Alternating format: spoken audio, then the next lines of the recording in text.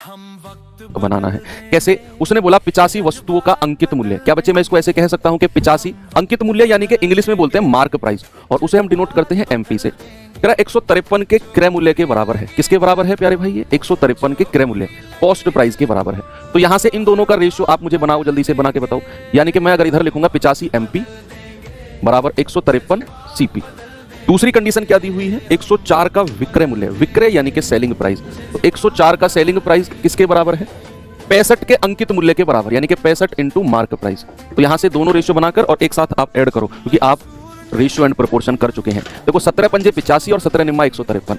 तो अंकित मूल्य और क्रय मूल्य का रेशियो कितना आ गया? आप कहेंगे 9 और 5। तो यहां से अगर मैं रेशियो आपसे पूछूंगा तो आप कहेंगे सर सेलिंग प्राइस, भाई 13 पंजे 65 और 13 अट्ठे 104। सेलिंग प्राइस और मार्क प्राइस का रेशियो कितना है? 5 और 8।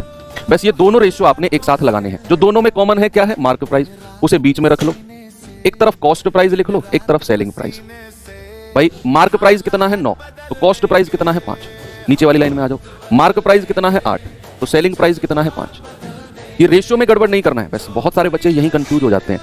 अगर मेरे पास ये दो रेशियो बने और मुझे एक बनाना है, तो सबसे पहले मुझे देखना है कि जो दोनों में कॉमन है ना, जो दोनों में कॉमन है उसे हमें सेंटर में रखना है। यहां सेंटर में रख दिया, एक तरफ क्रय मूल्य रख दो, एक तरफ सेलिंग प्राइस। अगर अंकित मूल्य 9 है तो क्रय मूल्य कितना है? 5। अगर अंकित मूल्य 8 है तो सेलिंग प्राइस कितना है? 5। ये मैंने रख दिया। बस अब मैं कहूंगा 5 अट्ठे 40, सीधी गुणा करो, 9 अट्ठे 72, फिर क्रॉस में करो 9 पंजे 45। क्या पूछ रहा है आपसे? ये देख लो। आपसे कह रहा है कि भैया उसे प्रॉफिट या लॉस परसेंट। हमें अंकित मूल्य और अंकित मूल्य से मतलब नहीं है। कोई चीज 40 में खरीदकर 45 में बेची जा रही है, 5 रुपए का प्रॉफिट हो गया, तो प्रॉफिट परसेंट में बताना है, तो 5/40 और गुणा 100।